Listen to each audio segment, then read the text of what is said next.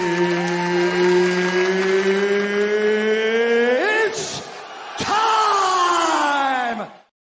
What is happening, everybody? It is PickinFightsTom back for another episode of Pickin' Fights. This week, UFC 286, Leon Edwards versus Kamaru Usman 3.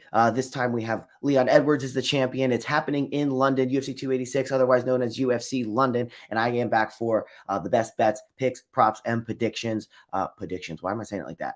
Picks and predictions for this upcoming card. Super excited. Well, I can't even speak. Super excited about it. This card is stacked from top to bottom with a ton of really, really good fights. And I am here to break down, maybe not all of them, but give you my picks for the ones that I think we can throw some money on, win some money on, and other ones that I just want you to pay attention to because they're going to be great fights. So without further ado, I will jump into it here. So we got the full card up on the screen. UFC 286, Edwards versus Usman 3. This time, Edwards is the champion, co-headlined by Justin Gaethje versus Rafael, which that is going to be fireworks. That's going to be fantastic. And a bunch of other good fights on the main card. So without hesitation, let's get into the first segment, and that's our prelim notables. All right, so I got a couple for us here, starting at the bottom, and I guess we could just work our way up here. One fight that I'm interested in is Julianne Miller taking on Veronica Macedo. Veronica Macedo has been in the UFC for a little bit, but hasn't fought in 3 years. And when we look at her 5 on end, she's 6-4-1, so not the best record that we've ever seen. But she's 1-4 over her last 5 coming out of Venezuela. She's still young at 27 years old. But again, hasn't fought since she was about 24. This fight we're looking here versus Ashley Evans Smith was 6.5 years ago. And again, on a downturn. So not really sure what we're going to see out of Veronica Macedo. Not exactly sure what the layoff was due to. Also, you previously fighting at 135, now coming down to 125. So a lot of changes for the fighter out of Venezuela. And for Julianne Killer Miller, a lot of people are following Julianne Miller, and I think perhaps that's why she's starting this card off here. A lot of people find her very attractive. I don't think that I'm in that group. I think I'm not in that group, but some people do. I'm not in the King Casey camp that think that she's one of the most attractive female fighters. But at the end of the day, it is a fact with UFC and with fighting that, hey, if you are attractive, you have a better shot of getting a following. And I guess that's kind of true in anything in life for to a certain extent. Hey, Cam, what's going on, man? Yeah, Marab. How about that? I was on Jan. I thought Jan was going to be more technical. I thought if Marab got the takedown that, he was just going to kind of stay in the full guard and, just kind of beat him up from that ground position. He wouldn't go for a back take. He wouldn't try and do any submissions or anything that like Aljo was threatening with. And I thought, there's no way that he could keep up that pace over 5 rounds that he has. And he absolutely did. He's stellar. What I don't like is that, now we could be facing a holdup in the division and what's going to happen with Aljo. And then, you have Henry Cejudo saying that he wants Marab to be the backup. And that's a fight that's actually scheduled to happen in Newark in the Prudential Center. We are on the waiting list. We're going to try and get there. I believe that's UFC 288 or 289, May or June. I think that's happening. Super excited about that one and seeing what's happening in the flyweight division. Thanks for the comment, Cam. Back to Julianne Killer Miller. Yeah, people find her hot. So there's a lot of people who are going to watch her, and that's why they have her first. And that's why they're kind of feeding her someone who Veronica Macedo gets taken down a lot. She's not inept off her back. I believe she does have a submission win. Over Polyana Viana, another of a very attractive UFC fighter, but Veronica Macedo, attractive herself.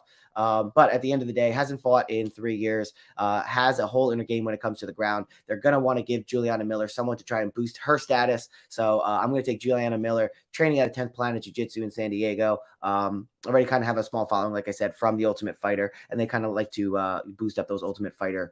I don't know if she won or if she was just on it, but she's very sloppy and she's got a lot to learn, but I think they're not going to necessarily throw her into the fire just yet. So that's going to be my pick for the prelims. I got Julianne Miller. Another interesting fight is Jai Herbert taking on Ludovic Klein. That's going to be a really interesting matchup that I'm excited to watch, but I'm not going to lay any money on it. Something I am going to lay money on is Joanne Calder-Woodward taking on Luana Carolina. Listen, I think neither of these women are going to have the finishing ability to get it done. Joanne Calderwood, she likes to take people to the ground. She likes to use some ground and pound. She sometimes can find herself as more of a boxer. Luana Carolina, I like that her nickname is Dread. At the end of the day, I think she's got a lot of holes in her game. Both of these women are can leave themselves open. Joanne Calderwood is more technical.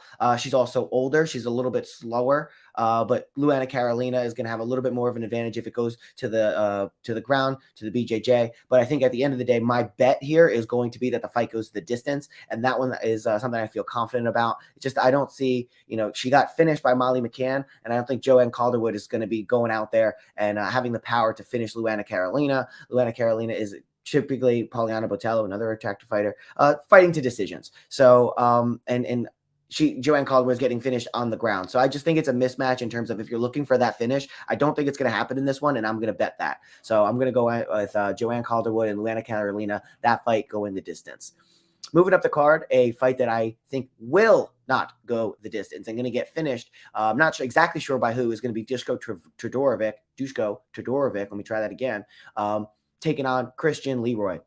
Christian Leroy Duncan. It's actually two Christian Duncans on this card, which is I just thought was kind of interesting. But Christian Leroy Duncan is an accomplished striker, kickboxer, outside of the UFC, 7-0 in mixed martial arts. Cage Warriors had a very successful career there, undefeated so far.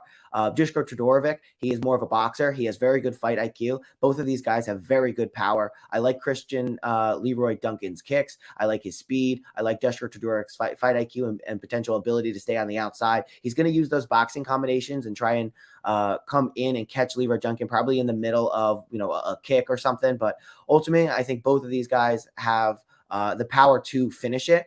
Christian Leroy Duncan obviously taking the step up in competition from Cage Warriors to the UFC. Traditionally, we don't see guys have a ton of success in their UFC in their first UFC appearance. And you got Duško Todorovic is absolutely nobody to sleep on either. He's not who you necessarily want to draw first. He's a guy who can get finished. Chidi Nojikani finished him notably 9 months ago, and then fought to a grueling decision with Gregory Robocop Rodriguez and being finished by Punahele Soriano, who's a guy who's not really in the UFC anymore. And Punahele, I believe some people used to call him pillow hands. I may be getting that confused.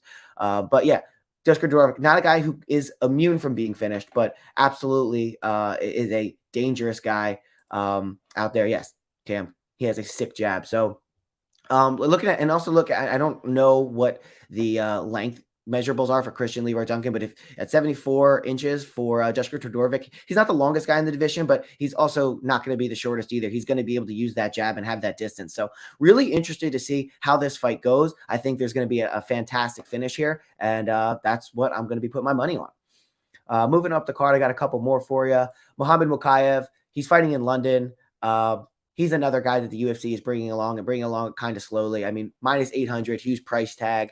I'm not positive that he's going to get this one done here, but I'm not positive that he's going to be able to get this one finished here. But ultimately, I'm pretty confident that he's going to get this one done. Falaho's a guy who's coming off the Contender Series. He had a really nice knockout with a left hook 5 months ago. But again, we're talking about a lot of people who, in their UFC debuts, drawing bad guys or getting bad draws. You don't want to fight Muhammadmokayev because basically that means that the UFC doesn't think too much of you. Now, I'm not saying that Falaho can't go out there and get a finish here because I think there are some aspects of his game that I don't think this should be as wide as it is. Let me just say that. But Muhammadmokayev, he's a punisher. He's going to go in there. His striking is getting a little bit better. It remains to be a little bit sloppy. At 22 years old, you're going to expect that. But he does have really good grappling. And I think, he was exposed just a little bit by Malcolm Gordon, where Malcolm Gordon was supposed to get dominated and didn't fully get dominated until I think the second round when he finished with that armbar. But Muhammadmokayev is very good. He's 22 years old. He's improving. He has a lot of room for improvement, and the fact that he's still very good and still has all the room for improvement is really encouraging for him if you're a Muhammadmokayev fan. But the simple fact here is that he's a guy that has good grappling against Rafael Falaho, who doesn't have the best grappling in the world. He is Brazilian, so he's not inept. Like he's going to be able to work off of his back, which is why I don't think this line should be as wide as it is. But the fact is you have Mokayev, who the UFC wants to bring on. He's 22 years old. They want to bring him along. They don't want to see him lose. He's undefeated currently. He's going up against a guy who's making his UFC debut on a UFC London card. Mokayev is from London, right? So everything is kind of in the way of this movie of the mind, I guess you could say, of what the UFC likes to do with some of these potential prospects that they get excited about. They don't throw them right into the fire. Some they do. I don't really know. Maybe it's like if Hunter Campbell books it versus somebody else books it, you have a different upbringing. But regardless, I think the pick here is going to be Mokayev. I don't think the line should be as wide as it is, but ultimately, I think he's going to get it done. It probably could go to the distance, to be honest, because of the potential ground game of Falaho. His name's Pastor. That's pretty interesting. Pastor versus the Punisher. Interesting.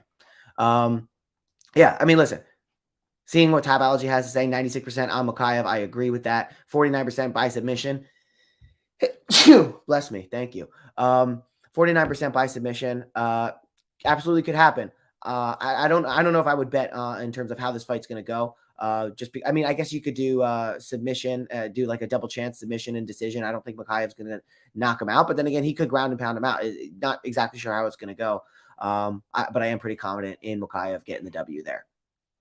And then I think I have one more on the prelims. Yes, I do. Another guy, listen, if it's UFC London and there's going to be British people on the card, 9 times out of 10, you're going to want to bet on them. So in this case, I'm going with Jack Tank Shore. And don't let Jack Tank Shore's last don't let his last performance sway you away from him. Yeah, he got dropped by a guy who's fucking fantastic in Ricky Simone, and he got submitted in the triangle. Ricky Simone is the absolute truth, and do not ever sleep on Ricky Simone. And I won't again. I think I picked Jack Shore to get it done against Ricky Simone, and I felt very stupid after watching the fight. That being said, I don't think Muhammadmokayev is the guy that maybe we had thought he was at one point. 1-4 over his last 5. He's fought some good guys. Edson Barboza, right? Camwella Kirk, not that great, and not somebody you necessarily want to have a decision loss to. Leroy Murphy, a guy who's fighting on this card, got knocked out by him. Again, not terrible, but this isn't the top echelon of the guy of the division. Mike Grundy got a win over him via submission, knocked out by Jonathan Pierce most recently. So Muhammadmokayev showing holes in his game, showing a little bit of sloppiness, showing a chink in the potential armor of his chin, and just overall not having the ground game that maybe we thought he was going to. Jack Shore is good in a variety of different ways, and I think Jack Shore is going to be able to get it done. I'm trying to just look over my my notes here. Yeah. Did I have anything else I want to say on that? Well, I forgot. I totally missed the first part. Muhammadmokayev, he's a grappler by trade, but after the first round, he really falls off really quickly. And I think with it, being a 3-round fight, being in London, I just think as the fight goes longer into the second round, into the third round, it starts to sway more for Jack Shore. He's the hometown favorite, even with Muhammadmokayev being from Finland, being right, from around the corner, training at SBG Ireland, like you see there. I just think Jack Shore is going to be the guy who's going to go out there and get it done. He's going to be able to put that jab on him. He's going to be able to take it to the ground if he so chooses to. Was he a bantamweight champion in Cage Warriors? I'm not sure. I think he was. Jack Shore. We could go and check this out. Cage Warrior. Yeah, probably. I know he had a good career over there at Cage Warriors. There's a lot of people that are coming over from Cage Warriors and having successful UFC careers, and that you're seeing the UFC kind of. Those are the guys. If they're a Cage Warriors champ, generally speaking, the UFC is going to throw them right against good competition. So. Let's see. Yeah, Cage Warriors right over here. I mean, 10-0. There's no reason to believe that he wasn't a champion over there. So, yeah, Jack Shore kind of fighting in the hometown. I'm taking him over Muhammadmokayev. Makwan's just not that dude that maybe we were excited that he might be at one point. And Tapology, yeah, I figured, it's going to be Jack Shore. So I feel confident about a lot of these. So that means at least a couple of them are going to lose. But again, I am now of the mindset where I am going to be taking, even if the bet, I'm not going to go more than like minus 300, but I'm going to just take a minus 250 money line, minus 300 money line, and not let that price shy me away from it. And then just incrementally get the wins. I think me trying to combine and do like 3, 4, 5 leg parlays is me just basically accepting that I'm going to lose money because it's fighting and it's so hard to bet and get 5 straight things correct. You can get 3, you can get 4 sometimes. Sometimes you can get 5, but it's so far and few between that I think for me, I'm just going to take the bets that I know that I'm going to win, take them individual, and then incrementally increase because I'm tired of getting, 4 legs of a parlay correct and losing on the one leg, like last week or 2 weeks ago for UFC 285, having, the entire main card correct, but losing out on hundreds of dollars because Valentina Shevchenko took a shit. So I'm just doing individuals from now on. And, that's less sexy, less exciting, but hey, it is what it is. So with that being said, that was my prelim locks, my prelim notables. I could run through it really quickly. I have Julianne Miller getting it done over Veronica Macedo. I have my screen just went black. That's not great. And now we're back. Julianne Miller getting it done over Veronica Macedo. I have the Joanne Calderwood and Luana Carolina fight going the distance. You could take Jack Hadley to get it done over Malcolm Gordon, although that's going to be a good fight that I would rather watch instead of bet on. Christian Duncan taking on Dusko Todorovic. I have that fight being finished. Not sure by who, but inside the distance is where I would lay my money on that one. Mokayev, I think, is going to get it done over Falaho, UFC newcomer at 125. And I think Jack Shore is going to get it done over Makwan Amir Khani. So with that being said, going to move into our main card picks.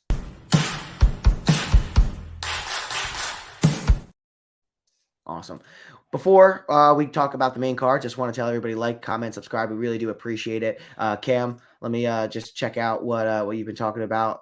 Yep, you're talking about the Shore fight here, going to be jabs versus leg kicks. Yeah, absolutely. Falaho only been to decision twice, like I said. So, or like you said. Again, it's more or less for that fight that I'm betting on Mokayev than against Falaho.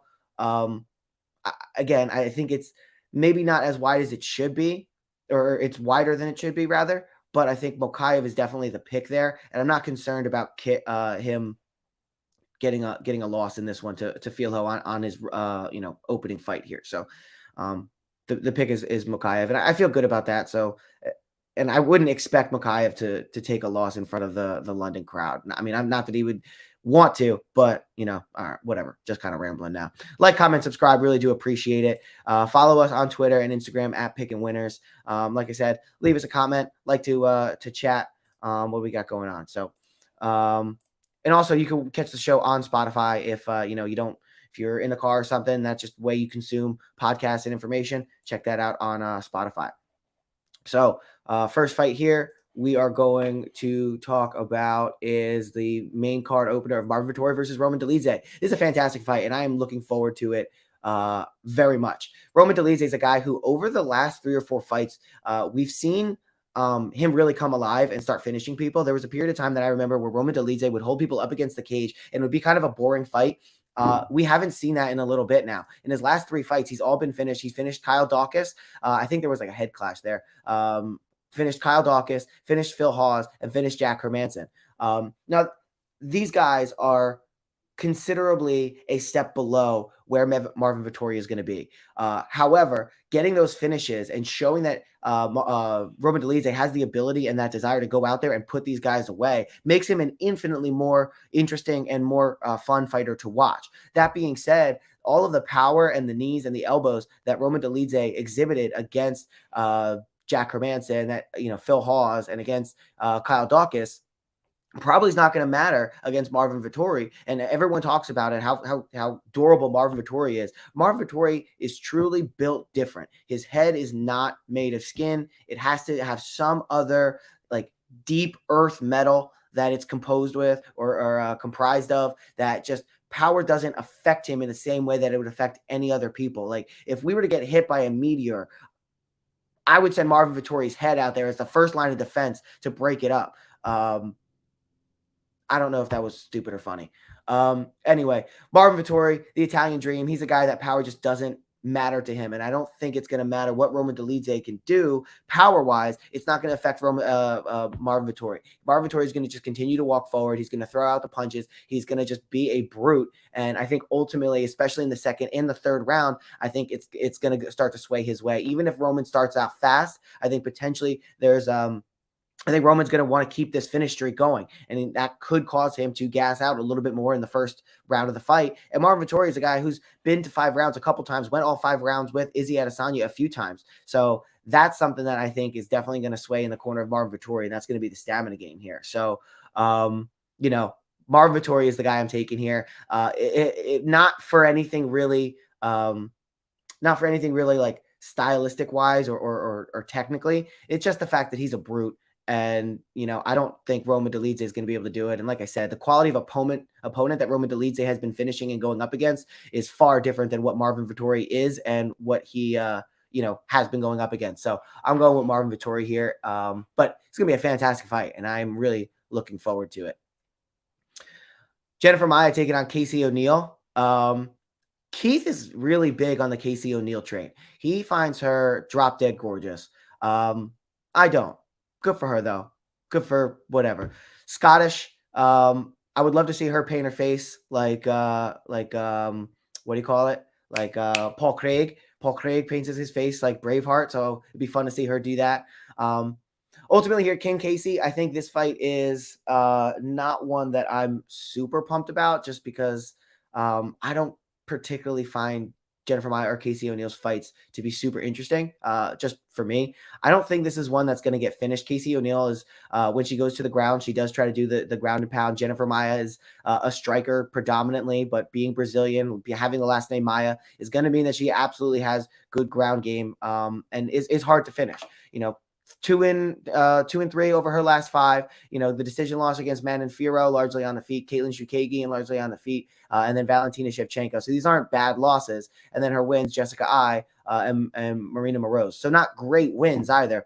Casey ONeill 9-0. I think she's going to be able to get it done. That fight against Roxanne Modafferi, I mean, I know it's a split decision win for Casey ONeill, but knowing what I know about Roxanne Modafferi and how she chooses to fight, I almost consider that as like a loss, like an effective loss, like the way they do in like sometimes soccer, like getting a draw against a team you should have won basically is like a loss. And that's how I would consider that fight against Roxanne Modafferi for Casey ONeill. She's minus 180 here, so she is the slight favorite. I do think she is going to win, and I do think she wants to get back and right the ship. She is only 25 years old, and she's training out of Extreme Couture, so that 1 year off, we could see a lot of improvement from King Casey. But I just don't see a finish coming. Like, I don't think Casey ONeill is someone who's going out there and, you know, going to finish the top caliber of like UFC opponent. Like and not that that's necessarily what I would qualify Jennifer Maia as, but if you're going out there and you're not finishing Roxanne Modafferi, I would have questions moving forward. And I don't think you just discover power all of a sudden. Now she could, you know, have a better gas tank and start coming out and land things. But I just think ultimately this one's probably going to go to decision, but I would bet on Casey ONeill, and Tapology does agree with me. So the pick is going to be Casey ONeill. Gunnar Nelson taking on Bryan Barberena. Bryan Barberena should change his name from Bam Bam to UFC veteran killer with the people that he's been taking out lately. His wins, Darren Weeks doesn't really qualify, but getting the win over Matt Brown, split decision, and then knocking out Robbie Lawler. I mean, and now you're going up against Gunnar Nelson. He went out and he fought Rafael Dos Anjos off RDA, shows that he still got it. And he is still that guy and not someone to necessarily be slept on. I think I might have taken Barberena in that fight, although now I'm thinking I took RDA. In hindsight, I'll just say that I took RDA because, you know, that's who won. So anyway, Gunnar Nelson, I like Gunnar Nelson a lot. It's interesting how the UFC just chooses to plop him onto cards randomly. So, like, he fought 11 months ago against Takashi Sato. Before that, had like a 2-year layoff after the Gilbert Burns fight. What I really like about Gunnar Nelson is that he has that karate stance and he combines that with a really solid ground game. But I wouldn't, just because Bryan Barberena got submitted by RDA in his most recent fight, I wouldn't go as far to say that he's got no ground game, and that's something to necessarily be concerned of. Barberena has some decent takedown defense, but he's got that brutish like style of fighting that it's not very technical. He just goes forward and he throws bombs, and he likes to have a really enjoyable fight for the fans. And I think facing Gunnar Nelson, that's going to be a problem because Gunnar Nelson's going to be in that karate stance. He's going to try and beat up the leg of Bryan Barberena and make it hard for him to come forward. And I think at that point, Gunnar Nelson is just going to be able to have a field day. If Bryan Barberena has some, you know, damage to his legs from consistently coming forward, and Gunnar's able to, you know, start beating up the legs and then come over the top, maybe with like a question mark kick or a kick to the body, I just think it opens up the fight so much more for Gunnar Nelson. Being 34 years old, not totally outside of his prime yet, 33 years old for Bryan Barberena. Bam Bam has taken a significant amount of damage over his career. So maybe at some point that would be something to start to be concerned about. I think just physically too, Gunnar Nelson is a little bit more of an imposing guy, you know, 5'11" versus 6 foot, but Bryan Barberena at 170, I think if he had really a dialed in nutrition plan, he could probably fight at 55, but that he's kind of caught in that gap, right? He's kind of that guy who would thrive maybe at a 160, maybe be a little bit more shredded and come off. But at the same time, that could just be his body type, and the way he fights best is with a little bit of extra softness to him. Not that Gunnar Nelson is, you know, purely jacked, but I think he is a little bit more imposing. And in a fight where, you know, there may be some grappling, And Gunnar may need a little bit of muscle to be able to push Bryan Barberena on the ground or get him to the ground. I'm going to lean with Gunnar Nelson here to get this one done. And then looking at Tapology, 80% also on Gunnar Nelson. They're thinking that submission is going to happen again. Like, just because RDA was able to go out there and submit Bryan Barberena, I wouldn't be so confident that Gunnar Nelson is to be able to go out there and do the same thing, because there's levels to this game, and Gunnar Nelson doesn't have submissions and grappling like the way that RDA does. However, Gunnar Nelson is pretty good at it as well. So I think you could see a lot of you could see this fight take place at all different areas of the game. I think there could be some submission attempts. I think there could definitely be some clinch work. There's going to be a decent amount of striking work. You're going to see some brawling by Barberena. You're going to see some technical Stephen Wonderboy Thompson style of striking from Gunnar Nelson. Keeping that far leg out there and bouncing back and forth and trying to, really eat up the legs of Bryan Barberena while using his own legs. I do think Gunnar Nelson's going to get it done, though. So Gunnar Nelson there. Moving up to the co-main event. This one I am super excited about. This card actually is really good, especially as I'm going through it more and more. You're just like, wow, good fight, good fight, good fight, good fight. This may be the best fight of them all. Justin Gaethje taking on Rafael Fiziev, two guys that don't take a step back, two guys that are crazy when it comes to the ring. The highlight for Justin has mostly been of him losing. But, I'm not a huge Justin Gaethje fan. And I don't know what exactly it is, because he does go out there and he does try to do violence, and he is like almost like shades of Michael Chandler in the same way that they go out there just to kind of put on fun fights, and they don't really use their fight IQ, because Justin Gaethje, a guy we always talk about his takedowns and his wrestling and his grappling, has 0 takedowns inside of the UFC. So I find that just whenever I revisit that stat, I find that interesting. Rafael Fiziev is a guy who can get it done anywhere. And very similar to like what we were seeing from Merab, Fiziev is a guy who I think has a really crazy gas tank, and he's going to always come forward. And he's someone that even when he gets tired, he just has that switch to just not forget, but just ignore the fact that he's tired and his body doesn't care, and just keeps coming forward. His most recent fight against RDA knocked him out with a left hook late in the fight. He looked really good in that fight. And we just got done talking about RDA and not being washed or not being done. RDA against Barberena looked great. RDA against Fiziev looked human. So I think Fiziev, that's like a feather in his cap. Fiziev's the guy he's going to be able to do kickboxing. He's going to be able to beat up your legs. He's going to be able to get you in the clinch. He could wrestle if it has to be. He has a crazy pace, and he has pretty decent fight IQ. He's going to know where to go, but he also is a little bit crazy in there. Justin Gaethje, on the other hand, I think has terrible fight IQ and is going to go in there and just try to throw punches. He basically doesn't throw anything other than significant strikes. Like, I don't know if Justin Gaethje is familiar with the term jab. I think he's going to go out there and he's going to be throwing hooks. He's going to be throwing overhands. He's going to be throwing power twos, and he's going to be trying to throw big uppercuts. And he's going to be trying to hurt you. He's going to try and cause violence, and he's going to try and have a fun fight, much like Michael Chandler. Instead of it, playing to your strengths and being intelligent in how you're going to approach the fight and win, you're going out there and you're just trying to brawl. And I think against Rafael Fiziev, that's not a guy you want to brawl with. So holy shit, good for you. That's pretty sick.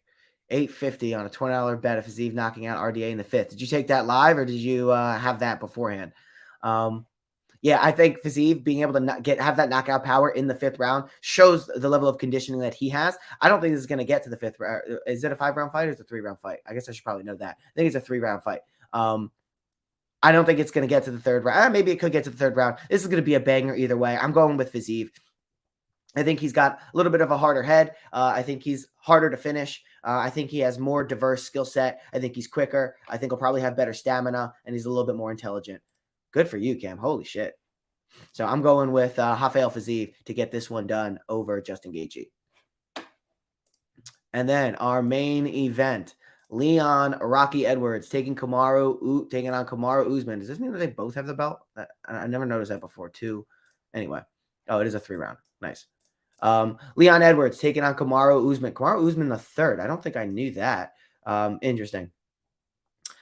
I don't know where I'm going on this fight yet. Obviously, you can look back at the most recent fight and say that Kamaru Usman was dominating all the way, every round. And he was winning just about every round, but you can't forget that Leon was able to take him down. You can't discount the fact that Kamaru Usman had to get hand surgery. You can't discount the fact that Kamaru Usman has bad knees, and, he is getting older. And I wonder when we're going to see that start to show itself. You can't discount, he's been training with Justin Gaethje, and Justin Gaethje, at 155, I always wondered how that how that camp worked out there with Trevor Whitman, where Leon Edwards or Kamaru Usman is training with Justin Gaethje, but if for a guy who's potentially a strong grappler like Usman and Gaethje, but they're in different weight classes, like how are you getting a true look? Maybe that's my own, uneducated aspect, but I think Kamaru Usman definitely has all the tools to be able to get this one, and he was showing it that he was able to get it done, or that he was on his way to getting it done, except for one head kick. But here's the thing. Leon Edwards, that wasn't a lucky head kick. That was a head kick that he had been practicing and training for. And he identified a hole in Kamaru Usman's game. He was able to lure him there. He set it up for 4 straight rounds, and then he knocked him out. The thing is he going to be able to identify that same hole in his game the next time around? He's going to have this time the English fans at his back. That could be something that can go either way for a fight like this. That could be something that really empowers him and he goes out there and he's an even better version of himself, or that's something that, it's going to be a lot of pressure. Pressure makes diamonds. We're not sure what's going to happen, but yeah, Cam, good point. We're not sure how Kamaru Usman is going to respond after getting flushed out. Everything we've seen of him, he seems very, to be taking it very well, to be able to say like, oh, you know what? Good shot, Rocky. Like, it's not going to happen again. Like this and that. He seems very confident. He seems to be taking it in a way that you would hope a dominant champion would. And if, you are a Kamaru Usman fan, he's taking it in a way that you would hope that he would. He's not making excuses. He's not this, he's not that. He's like, all right, cool, good shot. Let's do it again. I think there's just a lot more questions. There's just so many questions with this one. Like, how is the hand? How is the knee? How is the return after being knocked out? He did take, it has been a good amount of time, 6 months off, right? But he had to get the hand surgery. And if you got the hand surgery done, how much training was going into it? How well prepared is he? Like, it just, so many things that are swirling around for me here. But also, he was so much more dominant against Leon Edwards in the first fight.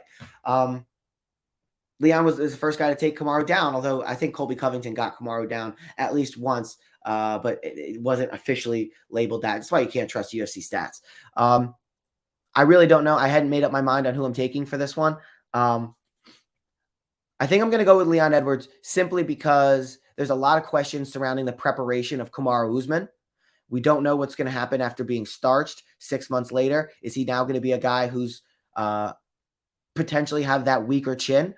And against a guy like Leon Edwards, who throws such snappy fucking leg kicks, how is Kamaru, is he going to be able to eat that and turn around and say like, oh, I'm not going to let him catch me again? Is he going to be more cognizant of the leg kick? And is that going to have a disastrous impact somewhere else in his game? It's hard to say, but for this, especially because he's plus 200 for Leon Edwards and you're making your money back, I think this is about a 50-50 fight. So 50-50 fight, the thing that's going to determine it for me is the plus 200 on Leon. So I'm going Leon. And Cam's agreeing with us, can't let Leon get off first, and if he's tentative, Leon's going to pick him apart. Yeah, I hear that. I'm not saying that necessarily Kamaru is going to be tentative, but I just think there's a lot more questions surrounding that and a lot more positivity and confidence behind the Leon Edwards camp that I'm going to go with Leon Edwards. He also doesn't have to deal with a time change. I mean, all the way coming from Colorado, right? And you have to then fly over. I don't know when Kamaru Usman's getting there. I guess we'll see on the embedded. But if Kamaru's not over there already and he's flying over sometime this week, that jet lag is going to be real. And on top of it, like, and this is, I'm going to sound stupid here, but I know we just switched to daylight savings time and he's coming from Colorado and I don't know if they do it over there. So there's potentially another hour in the mix of everything. Like, there's just so much more on the side of Leon Edwards right now that I'm going to be taking Leon Edwards. So I'm going Leon Edwards. That are all right. I just can't speak. Those are the picks. Let me do the quick pick rundown for everybody. Let me pull it up.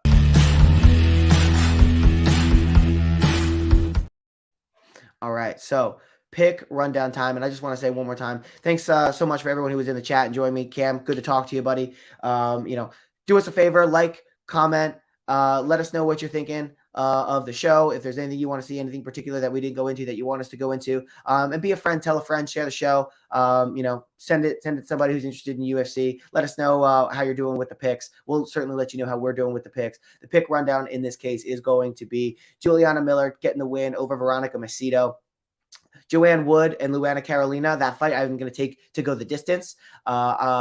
Christian Duncan Christian Leroy Duncan, and Duskar Todorovic. I'm taking that one to end inside the distance. I'm taking Muhammadmokayev to get the job done. I'm taking him money line, even as crazy as that sounds. I'll probably add him to a parlay and not take that straight, but only a 2-leg parlay, because remember, we're not doing the big parlays anymore. That's how I lose all my money.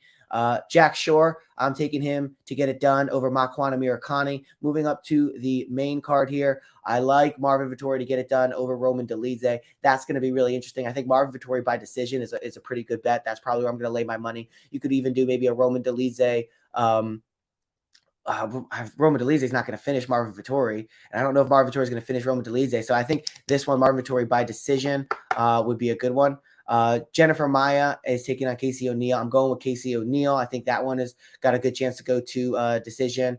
Gunnar Nelson, I think gets the win over Brian Barberena. Rafael Fiziev, I'm pretty confident gets the win over Justin Gaethje. And Leon Edwards, Kamaru Usman, that's going to be a great fight. I'm going to lean ever so slightly with Leon just because of all of the negative things that are kind of stacking up for Kamaru Usman. The time change, the hand, the knockout rebound, the potential lack of being able to train due to the hand and where the hand's at now. Bunch of stuff for in the negative for Kamaru Usman. That's going to lead me to pick Leon Rocky Edwards to get it done, retain his title.